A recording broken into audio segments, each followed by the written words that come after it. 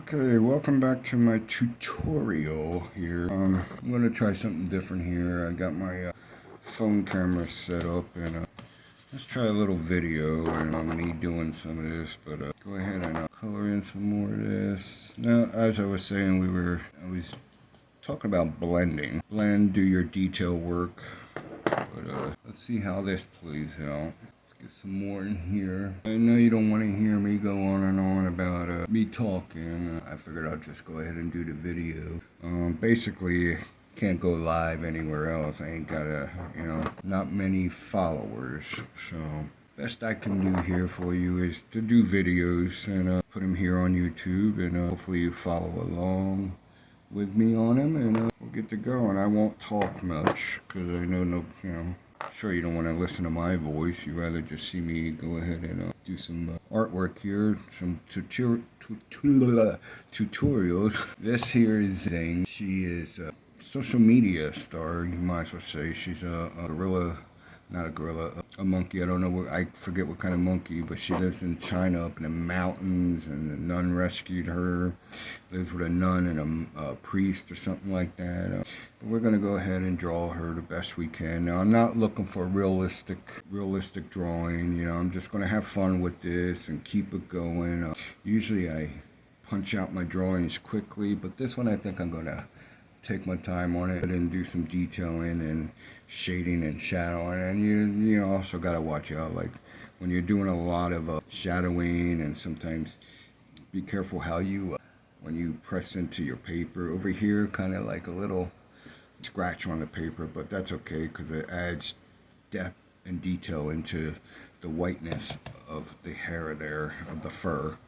But let's go ahead and we'll do this, and I hope you enjoy it.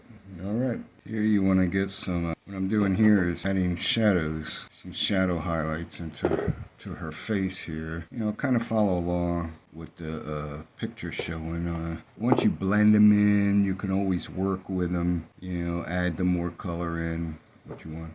I'm using a blending stump. You can also use your fingers if you don't mind your fingers getting all clunky and dirty, mainly, but that's the way, it's the way artists do. That's what we do. So you can use different pencils for shading in, get your shadows in. I'm working on shadowing right now, getting some shadow parts in where I can see, like some lights, and get little lights in, and get everything in it. We'll go these details. You can do your detailing definitely at another time. What I like to do is I like to detail, and I like to do shadowing at the same time. And I'll go back and I'll look at it and see where I want to put more detail in my work. But it's totally up to you. Whatever's more comfortable on you, what you feel like is much better for you as an artist of drawing. Remember, we're all individuals. No two artists are the same. I mean, if we were, oh gosh, it'd be a boring world, wouldn't it be? You want your own individuality, and you want to create your own style. If you don't have your own style yet, don't fret it. Don't worry about it. It will come to you. You will get it. Just keep working, and you'll get your style. I am self-taught. I've been drawing since I was 6 years old. Many, many, many decades ago. I could tell you that I started out with tracing, coloring books. And I might give away my age here, but I'm a Gen X. So Gen Xers, we used to have, any Gen X out there, you'll know this, we used to have silly putty. And I would do silly putty and, anything to trace, anything to focus myself on. And hand and eye coordination is basically what you want. And that's what you'll get. I don't know how long this video is going to be. I will piece it in. Sometimes that's why, I don't like talking in my videos, because I'm not live. Eventually, if I get enough followers, I could go live somewhere on my social medias. You find me all over social media, then we'll do it. If I get enough followers and enough people that are interested in my art, then we'll do some live tutorials. I'm from New Jersey. I was born and bred and raised there, and sometimes that all comes out. So, all right, let's get back to this, and I won't talk. Alright, so just follow along. There we're shadowing, we're putting some shadow in there. You just want to work colors in. Once you get your colors in, they'll work in for shadowing. And then you can play with your colors, to make features, whatever you want to, bring up. Now, any lines you can adjust as you're going in the drawing. Just want to guide yourself. Basically, it's a guide. I use them as a guide. They are like facial expressions, but they also they help you along because you can use them as a guide where how far you're going and whatnot. It's okay to use your same stump. You do want to clean your stump if you're going into different colors, but when you're working on the face features that are stumps also work great for, they work great as a shadowing tool too. Don't worry too much about the whiskers, hair, add them in as you're going, blend them in, because you'll always be popping out more hairs, whiskers as you go. Basically put them where you want, and then you can refer back to your reference photo to detail them in more exactly where you want them at and everything. It doesn't matter, how much pink or flesh tone you're putting in. Because like I said, you're going to be blending.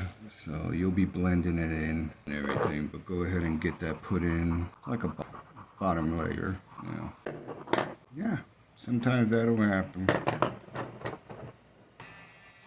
And once you get your shadows in, it's going to start to get a little better here. Bring your shadows all the way down, even into the pink, to the face. What you're going to do is you're going to lighten them up anyway. And no whiskers ever the same. Never straight, anything like that. And you don't have to be perfect with it. Get your characters. You see how I did that? Basically look like smudging, but that's to get your characteristics embedded into your drawing. Get your more shadows in there, and you can get your detail in. White is good for blending. Just remember that. And what we're going to do is go over it with a really light pink. Just go blend it in so it's not too white. Get that some flesh color in the nose beyond the shadows, just to get the face going. And you could do your little strokes. Get some more hairs going, whiskers, and get your top hairs going. Some dark ones in between. See how that blends your hair in? Makes the hair follicles spread. You just figure out where you want it done.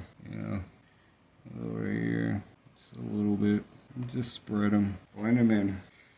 And let's get a little more blemishes. Let's get some darker pink blemishes over here. Get some pinkness in it.